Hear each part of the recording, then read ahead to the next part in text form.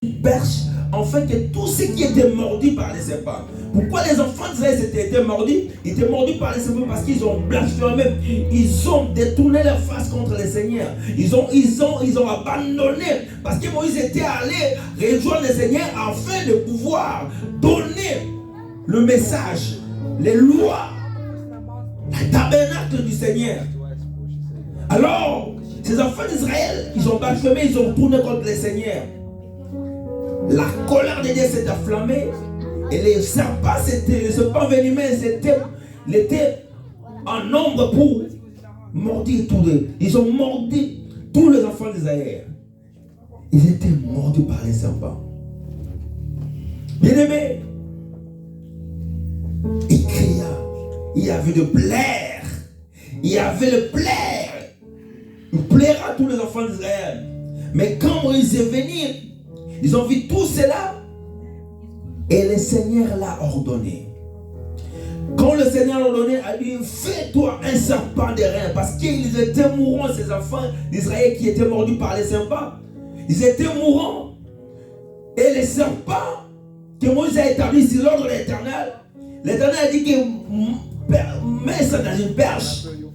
Et tous ceux qui étaient mordus par les serpents, qui regardent que le serpent, pour qu'il soit guéri. Bien-aimés, ce message aujourd'hui, nous le voyons même dans Jacques 3,14. Nous le voyons même dans Jacques 3,14. Ma soeur, tu peux nous lire Jacques 3,14. Quoi? Amen. Verset 14. Alléluia. La Bible dit: et tout comme Moïse a élevé le serpent dans le désert, Alléluia. il faut aussi que le Fils de l'homme soit élevé. Amen. Parole du Seigneur. Alléluia. Bien-aimés, voilà. C'est un symbole qui était le type de Christ. Alors que tout le monde qui était mordu par les serpents. Et nous voyons le serpent comme un temps, le diable. Parce qu'on l'appelle les serpents anciens. On l'appelle les serpents anciens. Tous ceux qui étaient mordus par les serpents. Toi qui étais touché par le diable. Que la sorcellerie a arrangé ta famille. Que la maladie a arrangé ta famille. Et que le diable a pris les sauces sur ta famille. Il fait des trésors dans ta famille. Et que tu vois toutes choses sont en débandade. Il y a des désarrois dans ta famille. Et Jésus-Christ est revenu. Il a dit, Jésus-Christ est venu et il a dit, le même que Moïse a élevé les serpents. Le même aussi le Fils de l'homme sera élevé. Et alors il y a eu la croix de Golgotha. Le Fils de l'homme était élevé. Et le Fils de l'homme était pendu sur la croix. La Bible déclare, maudit soit celui qui est pendu sur la croix. Le Fils de l'homme est devenu maudit à cause de nous. Il a donné sa vie à cause de nous.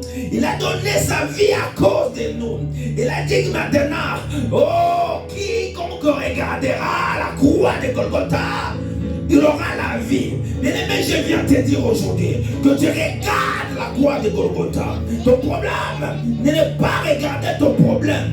Parce que ce jour-là, le serpent qui était élevé, quiconque regardera le serpent des reins et se blessera, guéri, il sera cicatrisé. Parce que s'il regarde son plaie, s'il regarde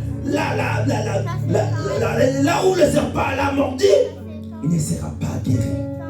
Les problèmes avec les chrétiens, ils regardent leurs problèmes. Les problèmes avec les chrétiens, ils regardent les entités qui les attaquent. Et les problèmes avec les chrétiens, ils regardent les sirènes des eaux qui sont en train d'envahir la population. Les problèmes avec les chrétiens, ils regardent les Goliath de la famille. Les problèmes avec les chrétiens, ils voient grand leurs problèmes. Mais les problèmes avec les chrétiens, ils voient que non, c'est impossible. Mais moi, je te dis aujourd'hui, regarde la croix de Golgotha. Regarde celui qui était morté sur la croix. Lui qui avait dit, tout est accompli. Tout est accompli. Ton problème, il faut regarder Jésus. la solution de tes problèmes, la guérison de ta maladie, il faut regarder la croix de Golgotha. La solution de tes problèmes, il faut regarder la croix de Golgotha. Oh, qui ne croit pas Christ que vous avez crucifié, dis que vous avez vendu, vous avez crucifié. C'est pas lui que je fais cette miracle, dira Paul. Oh, bien-aimé, Christ, Jésus-Christ, monté sur la croix, ressuscité après 3 jours. Il a dit maintenant que vous n'êtes plus esclaves. Je vous appellerai plus esclaves. Bien-aimé, il faut que ton esclavagisme soit délié maintenant. Des chaînes soient brisées. C'est une œuvre. C'est une œuvre salvatiste. Et c'est lui qui est monté sur la croix. C'est pour toi aujourd'hui. Ne regarde plus ton problème. Ne regarde pas ce qui se passe dans ta vie. Ne regarde pas ce qui dérange ta vie. Regarde plutôt celui qui va te donner la solution. Regarde plutôt celui qui va te donner la solution. Regarde plutôt celui qui va te donner la vie.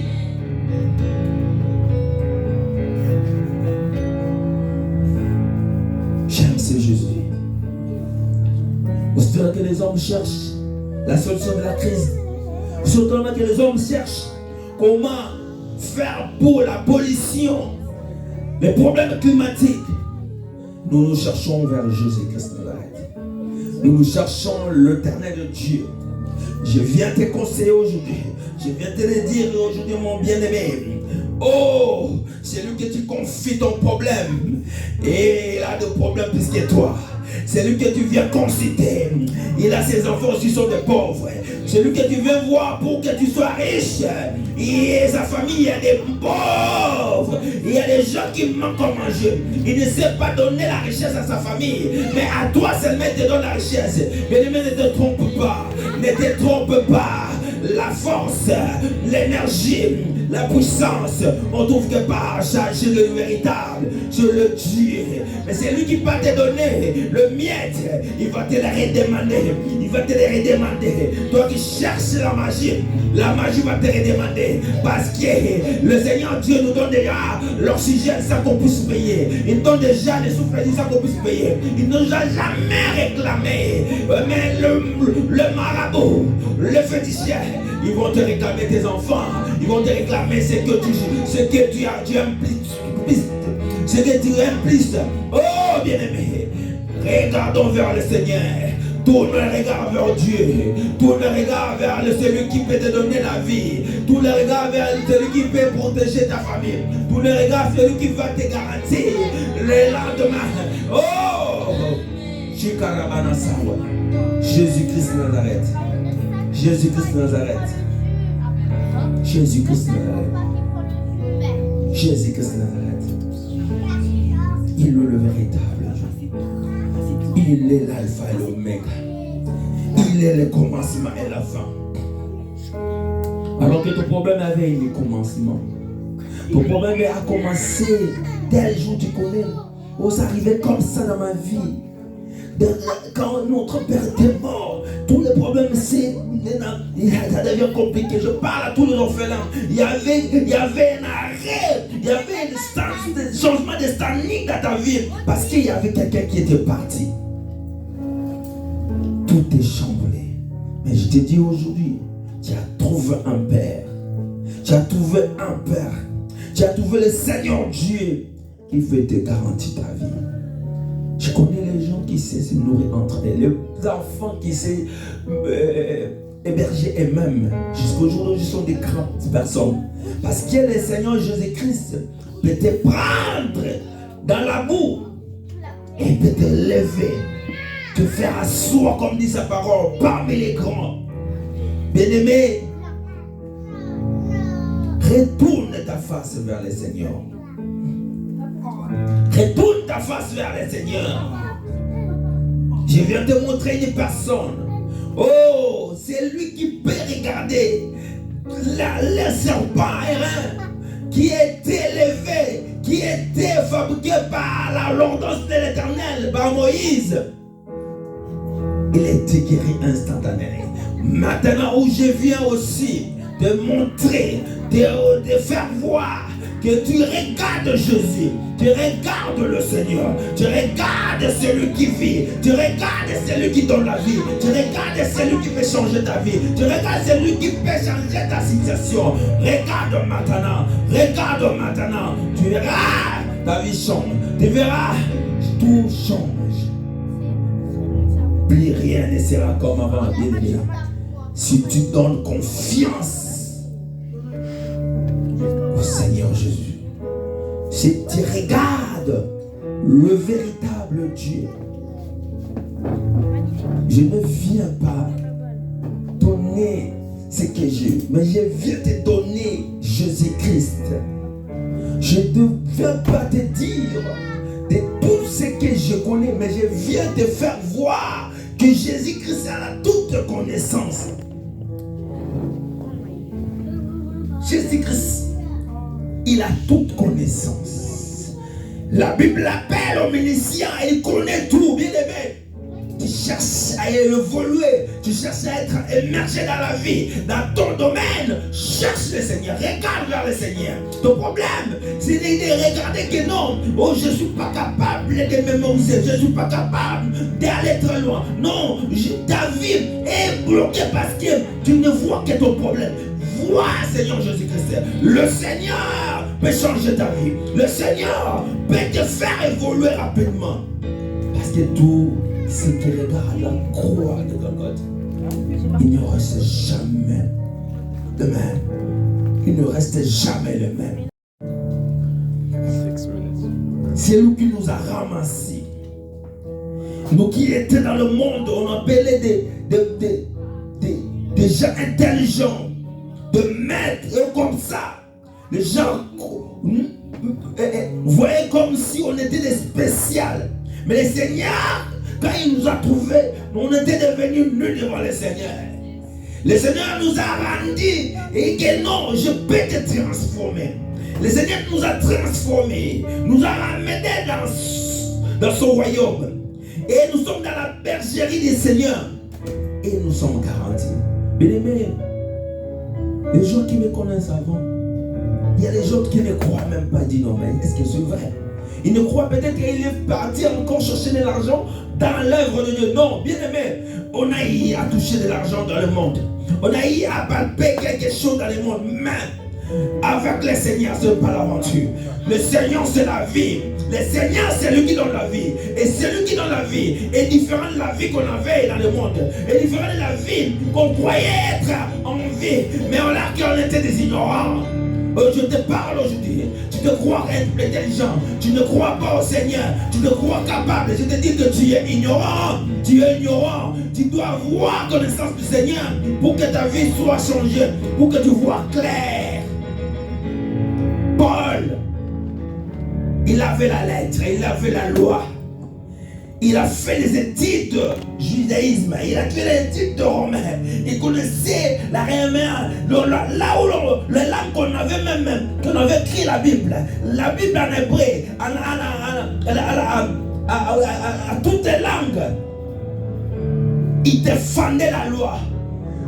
Il croyait défendre la loi de Dieu, alors qu'il était ignorant.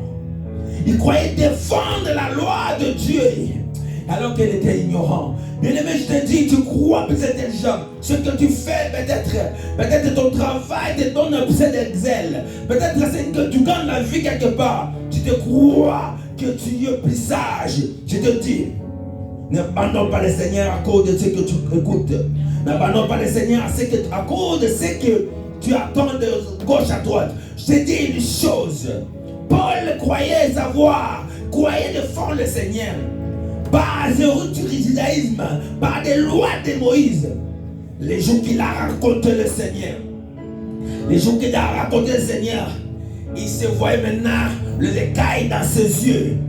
Alors qu'il lui connaissait, mais les écailles devaient être coulées. Et les écailles, on devait enlever les écailles pour qu'il soit, puisqu'il comprendre c'est lui qui est le véritable. Pour lui et le cas est tombé. Il a compris maintenant que celui-là c'est le Dieu véritable. Il a parlé parce qu'il a parlé de Jésus comme s'il vivait avec Jésus. Il a parlé de Jésus-Christ comme s'il vivait parce que les écailles est tombé. Bien aimé, que Jésus-Christ te raconte, que les écailles tombent sur toi, que tu puisses voir clair. Parce que la parole, tu badines avec ça, tu travailles avec ça, tu vois comme si tu connais pas. Parce que la seule parole que tu as besoin de ta vie, c'est de connaître Jésus-Christ comme Seigneur et Sauveur. De connaître celui qui était, qui est, qui vient. Celui qui est le Dieu véritable. Celui qui est le Dieu véritable. Et c'est là que nous avons la solution de tous nos problèmes. C'est là que nous avons la solution dans nos familles.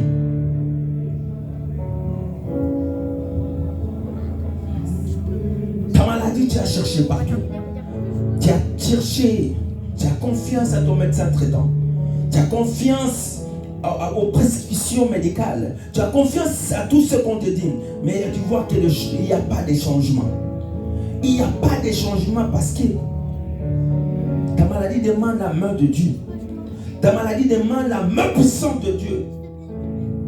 Je ne peux pas bafouer la médecine, mais j'ai dit des choses que le médecin, ils sont en train d'étudier jusqu'au jour d'aujourd'hui. C'est lui qui avait commémoré médecin. Chasse le bien qu'il est en train d'étudier. Parce qu'ils ont des incertitudes. Ils ont étudié le corps, mais ils ne comprennent pas toujours correctement le corps. Mais c'est lui qui a créé le corps, il comprend le corps. La Bible dit qu'il connaît le nombre de cheveux. Il connaît le nombre de cheveux. Alors que le médecin ne peut pas comprendre le nombre de cheveux. Le médecin que nous avons confiance, chaque jour, il te donne un médicament. Et puis après, il te demande, maintenant, tu te sens comment? Alors que s'il savait tout, il a dit que si je te donne ça, ça va guérir. Non, il doit encore te donner encore un nouveau rendez-vous. Pour que tu viennes, pour qu'encore tu puisses te tester. Comme ici en Europe, le médecin ne pourra rien te donner sans pour autant avoir des analyses. Parce qu'il est incertain. Tu peux lui expliquer ta vie, comment tu te sens, mais il ne peut pas te donner des bonnes choses sans pour avoir des analyses. Parce qu'il est incertain de ton corps. Je te dis une chose. Ta maladie, si tu as des complications où tu ne trouves pas la solution, tu as parcouru la médecine, tu as trouvé ton... mais tu n'as pas trouvé la solution, tu n'as pas trouvé la guérison. Je te dis Jésus-Christ Nazareth. Jésus-Christ Nazareth, où tu perds le nez, tu peux retourner tes regards vers lui. Vers lui, tu auras la guérison. Vers lui, tu auras la guérison. Vers lui, tu auras la guérison. Vers lui, tu auras la guérison.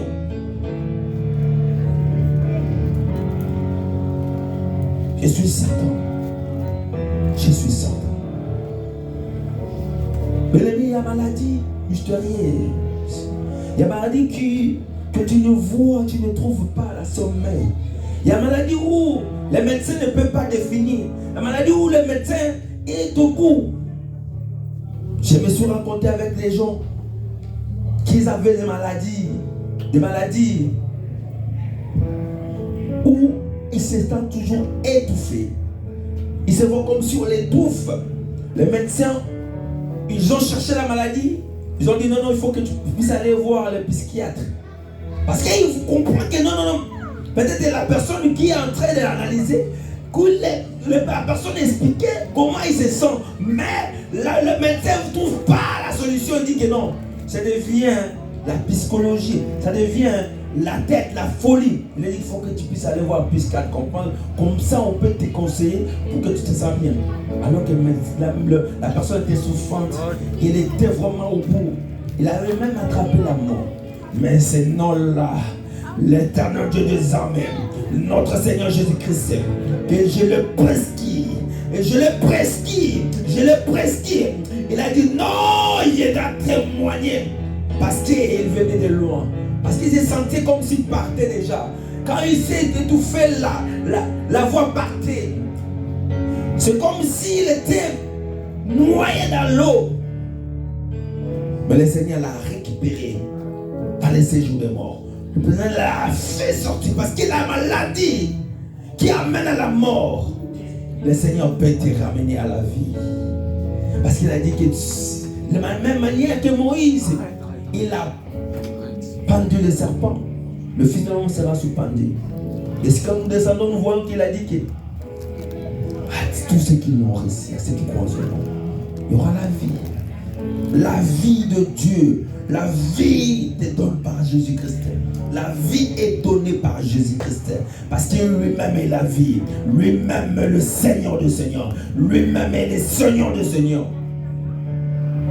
Que la grâce de Dieu commence à durer dans ta maison. Que le miracle t'accompagne. Au nom de Jésus. Toi qui me suis maintenant, que le miracle t'accompagne. Oh, tes enfants reçoivent le miracle. Reçois la main de Dieu. Que la guérison totale entre dans tes membres. Que ton corps tout entier soit restauré au nom de Jésus. Au nom puissant de Jésus. Nous sommes arrivés à la fin de ce message. C'est un petit message, mais que le Seigneur a nourri nos esprits. Nous devons regarder vers le Seigneur. Nous allons prier parce que nous attendons, nous sommes à la fin de ce mois. Et nous allons commencer ce mois. Et l'école commence aussi. La servante de Dieu nous amène à l'adoration. On va adorer le Seigneur. En même temps, on va prier aussi. On va prier fortement pour que le Seigneur fasse grâce. Au nom de Jésus-Christ Nazareth. Qui soit la Manashuka. Oh, la Matachine. Oh, Shikara Matatika. Alléluia.